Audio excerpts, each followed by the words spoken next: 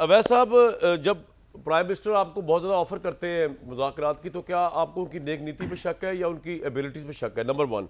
और नंबर 2, अब आपने देख लिया कि आपकी सबसे बड़ी पावर थी अवामी पावर, वो निकल के उस तरह सामने नहीं आई, ख्वाह वो केपी में हो, वो पंजाब में हो, वो कराची में हो, तो आपके पास तो चॉइस भी कोई नहीं है। पार्टी आपकी तितर बितर हुई हुई है, इंतशार का शिकार है। इमरान खान के माइनस करके उनको संभालने वाला कोई नहीं है। सो इमरान खान उस तरह माइनस है कि वो मौजूद नहीं अंदर जेल में।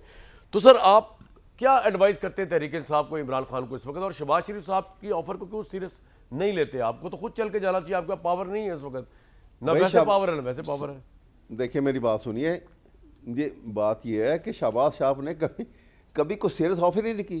ये एक ऑफर का तरीका तो नहीं होता ना।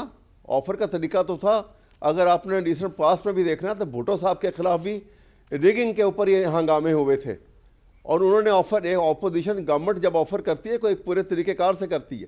ऑपोजिशन के पास तरीक़ेकार नहीं होते, क्योंकि गवर्नमेंट के पास एक मैग्नेनिमिटी होती है, एक उसके पास पूरा अथॉरिटी होती है, पावर होती है, जैसे भी किसी तरीके से उन्होंने हासिल कर ली। इसलिए अब यहाँ पे ये कह रहे हैं, अभी इनकी जुबान ये थी कि जी आ जाएं, शहबाज शरीफ कहते हैं आ जाएं बात कर लें। कभी इस तरह भी बातचीत हुई है? और एक तरफ ये कहते हैं, साथ ही कहते हैं कि 9 मई का माफ़ी मांगो। मेरी बात सुनिए, अगर आपने माफ़ी नामों के ऊपर चलना है तो चलिए आए, इसके ऊपर बात कर लेते हैं।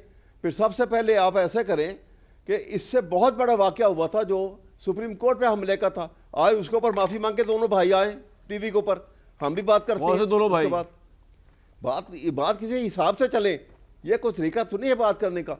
अगर आपने भुट्टो साहब ने TR बनाए थे और बाकायदा ऑफर की थी और बातचीत शुरू हो गई थी, ना करें।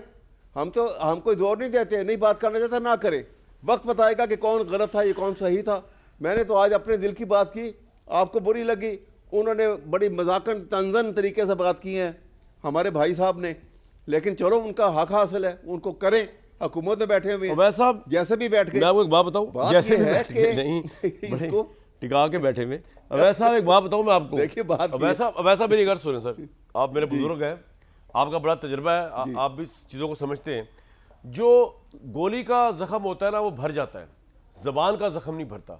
आप प्लीज़ ये तो रियलाइज़ करें, ये मैंने मौलाना तारिक जमील से भी कहा था। मौलाना तारिक जमील से मैं इंटरव्यू कर रहा था और इमरान खान प्राइम मिनिस्टर थे। मैंने उनसे पूछा कि आज़ सल्लम जो है उनकी वो इतने एक्सेप्शनल लीडर क्यों हैं दुनिया में? तो उन्होंने कहा कि उन्होंने वो लीडरशिप दिखाई जिसमें हमें फॉलो करना चाहिए कि वो दुश्मन के भी जज्बात की परवाह करते थे, वो दुश्मन के जज्बात का भी ख्याल रखते थे। तो मैंने उसमें उनसे पूछा कि फिर इमरान खान तो ऐसे नहीं है, वो तो दुश्मन के जज्बात की धज्जियां उड़ा देते हैं। वो तो उन्होंने जो इमरान खान साहब ने लैंग्वेज अपनी ज़िंदगी में भी यूज़ की है और अपनी ऑपोजिशन के खिलाफ, और उनकी टीम अब जो इस्टेब्लिशमेंट की क़यादत, उनकी फैमिलीज, उनकी ख़वातीन, गवर्नमेंट की ख़वातीन, मतलब आप जंग को वहाँ पर ले गए हैं, उस लेवल पर ले गए हैं।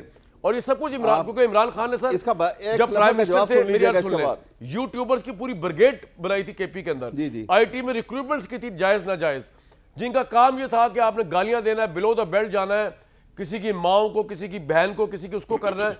सर ये जख्म आप घाव लगाए हुए और मतवातिर लगाते जा रहे हैं, उसके बाद आप कहते हैं कि जी इस्टेब्लिश, भाई वो भी इंसान है, वो जो आपके दुश्मन है जिनको बनाया आपने, वो भी इंसान है। ये इनकी जो गवर्नमेंट है इसमें 100 बुराइयां होंगी, मैं हर वक्त निकालता रहता हूँ। I am not impressed by the prime minister as well, लेकिन वो है तो इंसान। कोई राइट नहीं है कि शहबाज शरीफ साहब की ज़ाती ज़िंदगी पे आप हमला करें, या नवाज शरीफ साहब की ज़ाती ज़िंदगी पे हमला करें, या आर्मी चीफ की ज़ाती रिश्तेदारों पे हमला करें। तो जख्म के घाव लगाने के बाद आप कहते हैं हमसे बात क्यों नहीं करते? सर ये ज्यादती है सर, ये तो शरन भी हराम है। ये सुनिए, आप एक मिनट बात सुनिए, बिल्कुल आपने सही कहा, इंग्लिश का मुहावरा का अपना तर्जमा बिल्कुल सही बोला। ये कहते हैं कि wound heals but not words. जी बिल्कुल सही आपने बात की, मैं खुद इसका हामी हूँ, और बात करने में मैं ये एहतियात जो है हर एक को रखनी चाहिए अपने साथ। सवाल ये है कि ये हमारी लीडरशिप में ये नुकसान सब तरफ मौजूद है। आप ज़रा कुछ ये 90 की दहाई में चले जाइए, आप शहबाज और नवाज की वो जुबान आप अभी भी जेब नहीं देता। सर उन्होंने लेकिन माफिया मांगी ना एक दूसरे के साथ, चार्टर ऑफ डेमोक्रेसी किया, नून लीग ने माफी मांगी पीपल्स पार्टी से, एडवाइस। एक मिनट, नहीं चार्टर की छोड़ें, चार्टर के बाद की बात कर रहा हूँ, चार्टर के बाद की बात कर रहा हूँ। उसके बाद भी जब ये हुकूमत थी, ये बुरी बात है, हर एक के लिए बुरी बात है, बिल्कुल कंडेमेबल है, लेकिन उन्होंने माफिया मांगी, नून लीग ने माफिया मांगी पीपल्स पार्टी। बहरहाल मैं आगे चलता हूँ। नियाजी साहब, मैं तो सिर्फ अर्ज सर कर रहा वैसा हूं कि पॉइंट ये- आ गया सर आपका, ये तो आपका अपने आपका नुक्ते मुझे नज़र से दर्द बता समझ रहा हूं। आया, मुल्क के लिए भी आप जो कह रहे हैं वो ठीक कह रहे हैं आप बात, लेकिन अब प्रैक्टिकल रियलिटीज को भी देख रहे हैं ना सर।